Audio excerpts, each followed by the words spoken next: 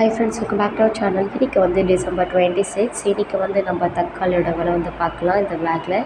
இன்றைக்கி வந்து காஞ்சிபுரத்தில் 1 கிலோ தக்காளி எவ்வளோக்கு சேல் பண்ணிகிட்ருக்காங்கன்னு பார்த்தீங்கன்னா 1 kg வந்து 20 rupeesக்கு வந்து சேல் பண்ணிகிட்ருக்காங்க. லைக் பண்ணுங்கள், கமெண்ட் பண்ணுங்கள், ஷேர் பண்ணுங்கள், சப்ஸ்கிரைப் பண்ணுங்கள்.